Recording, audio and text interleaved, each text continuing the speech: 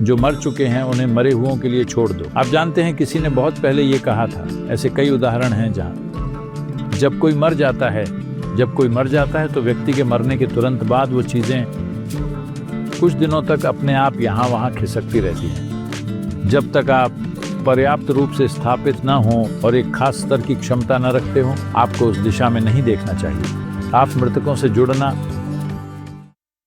बंद कर दें। एक बात जो आपको समझनी चाहिए वो ये कि कोई भी आपकी दादी, माँ, पिता, जो भी वो आपके लिए हैं, आपके लिए वो जो भी रहे हों, आपके लिए चाहे वो जितने भी प्रिय रहे हों, वो आपके कितने भी करीबी और अंतरंग रहे हों, जिस क्षण वो अपना शरीर त्याग देते हैं, उनकी सामान्य मनःस्थिति, बुद्धि और भावनाएं, उनके साथ आपका काम खत्म हो जाता है। उन्होंने वो सारी चीजें यहीं छोड़ दी हैं, ठीक है? हाँ, वो सब चीजें उन्होंने यहीं छोड़ दी हैं। वो सारी चीजें जो आप उनके बारे में जानते थे खत्म हो गई हैं। एक दूसरा तत्व अभी भी बाकी है, लेकिन आपका उस तत्व से कभी कोई संबंध नहीं रहा। आपका रिश्ता उनके दूसरे पहलुओं से था। उस व्यक्ति के मरने के साथ ही वो सारे पहलू खत्म हो गए। तो जब कोई मरता है तो आप सिर्फ इतना ही करें कि आप उनके साथ बिताए गए खूबसूरत पलों को संजोएं, बस इतना ही। अगर कुछ सुंदर था तो आप उसे संजोएं, वरना चीजों को बस भूल जाएं। अपने अपराध बोध और अपनी समस्याओं को मृतकों के माध्यम से हल करने की कोशिश न करें। यह बहुत जटिल हो सकता है। ये बहुत बहुत जटिल बन सकता है। मृतकों को मृतकों के लिए छोड़ दो। जानते हैं ना, किसी ने बहुत पहले ये कहा था, जो मर चुके हैं आपको उन्हें मरे हुओं के लिए छोड़ देना चाहिए। आपको उनसे कोई लेना देना नहीं है। जब तक आप खुद पर एक खास स्तर की महारत हासिल नहीं कर लेते,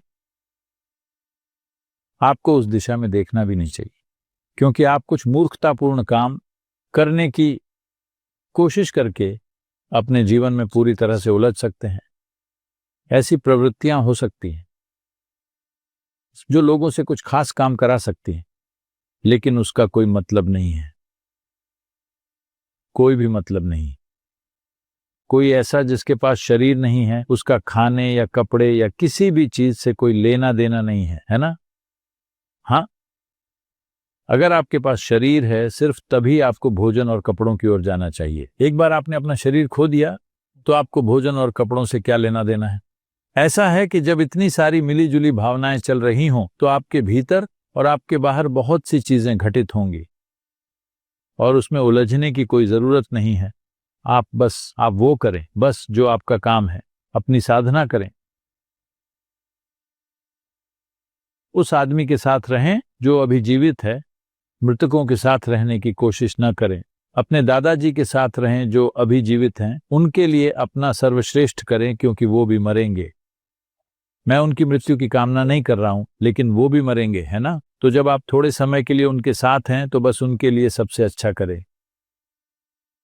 ये देखें कि उन कुछ पलों के लिए जब आप वहां हैं तो अपने और उनके जीवन को कैसे समृद्ध करें, बजाय इसके कि आप अपनी दादी के लिए हर तरह की काल्पनिक चीजें करें। आपकी दादी का काम पूरा हो चुका है। उन्हें आकर अपनी अलमारी में देखने की कोई जरूरत नहीं है। बात बस इतनी है कि लोगों के जो कपड़े होते हैं उनमें कुछ खास तरह के तत्व बचे रहते हैं। देखिए, भारत में इन सभी बातों का ख्याल रखा जाता था। लोग इन बातों को सामान्य प्रक्रिया के रूप में समझते थे। आत्मज्ञानी नहीं, सामान्य लोग। ये संस्कृति में इतना समाया हुआ है कि अगर कोई व्यक्ति मरता है तो वो सारे कपड़े जो उसके शरीर के संपर्क में थे, उसके शरीर के साथ बहुत ज्यादा संपर्क में रहने वाले कपड़े, उन सभी को जला दिया जाता है। उन्हें कभी नहीं रखा जाता था। सिर्फ वही कपड़े जो उस व्यक्ति ने कभी कभार पहने थे, ऐसी चीजें सिर्फ रक्त संबंधी को दी जाती हैं, किसी दूसरे को नहीं। आपकी बेटी या पोती या बेटे या ऐसे किसी और को। और उन्हें भी पहले 1 साल आपको नहीं पहनना चाहिए, पहली बरसी तक। पुण्यतिथि आने तक आपको उन कपड़ों को नहीं पहनना चाहिए। ये चीजें इसलिए हैं क्योंकि जब हम यहां होते हैं, हम जिस भी चीज के संपर्क में होते हैं उसमें एक खास मात्रा में ये ऊर्जा होती है।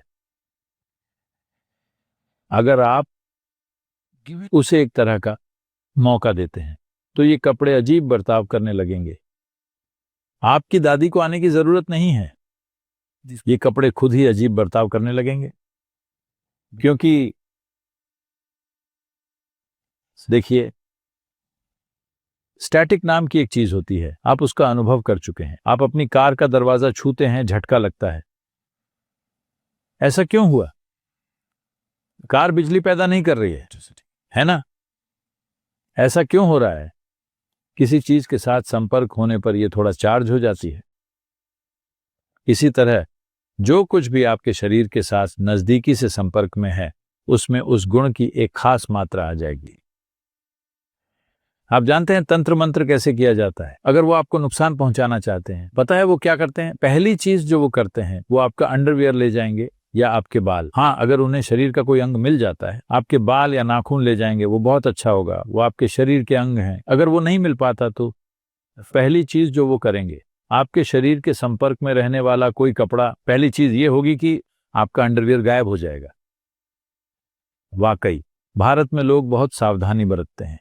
वो हमेशा पक्का करते हैं कि अंडरवियर कभी बाहर ना छोड़ा जाए।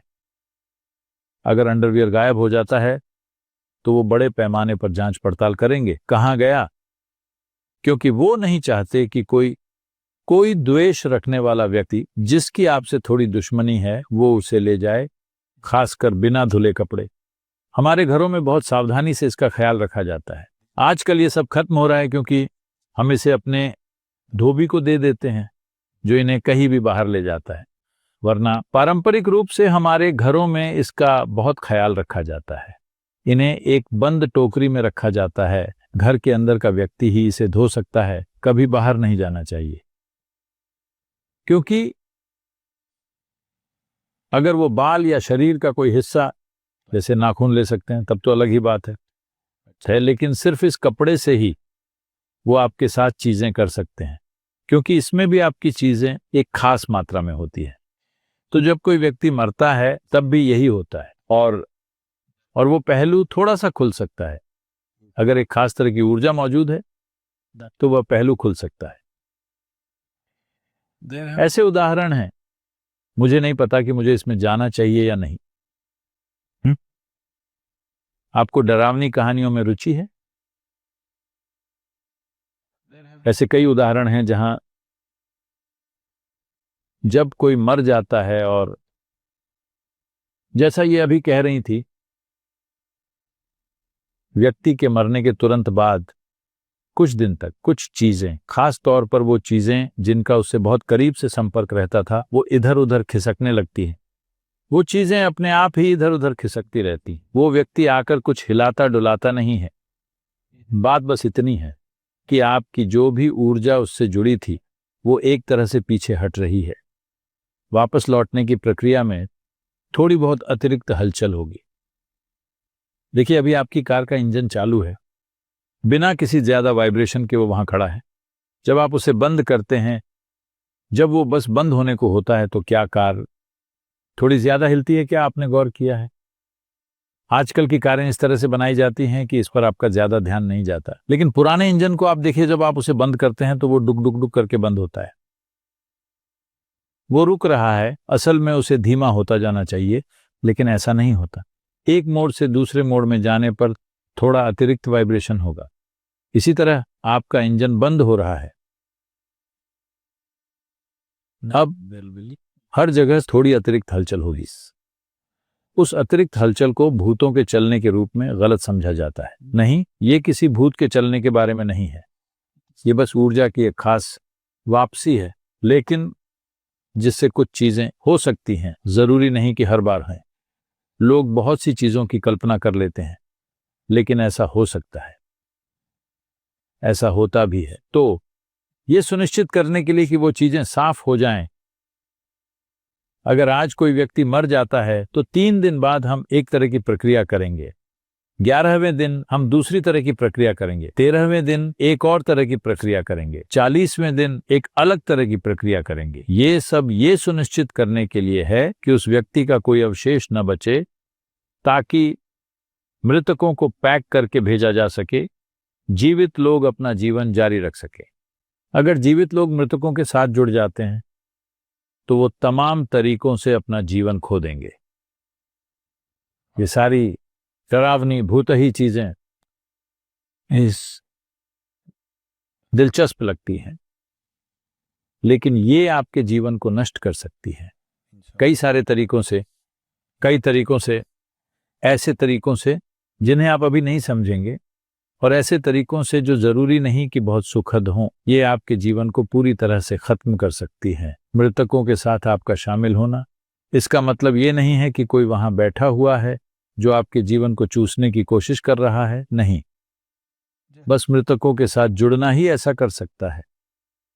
जब तक कि आप पर्याप्त रूप से स्थापित न हो और एक खास स्तर की क्षमता न रखते हो, आपको उस दिशा में नहीं देखना चाहिए, जरूरत नहीं है।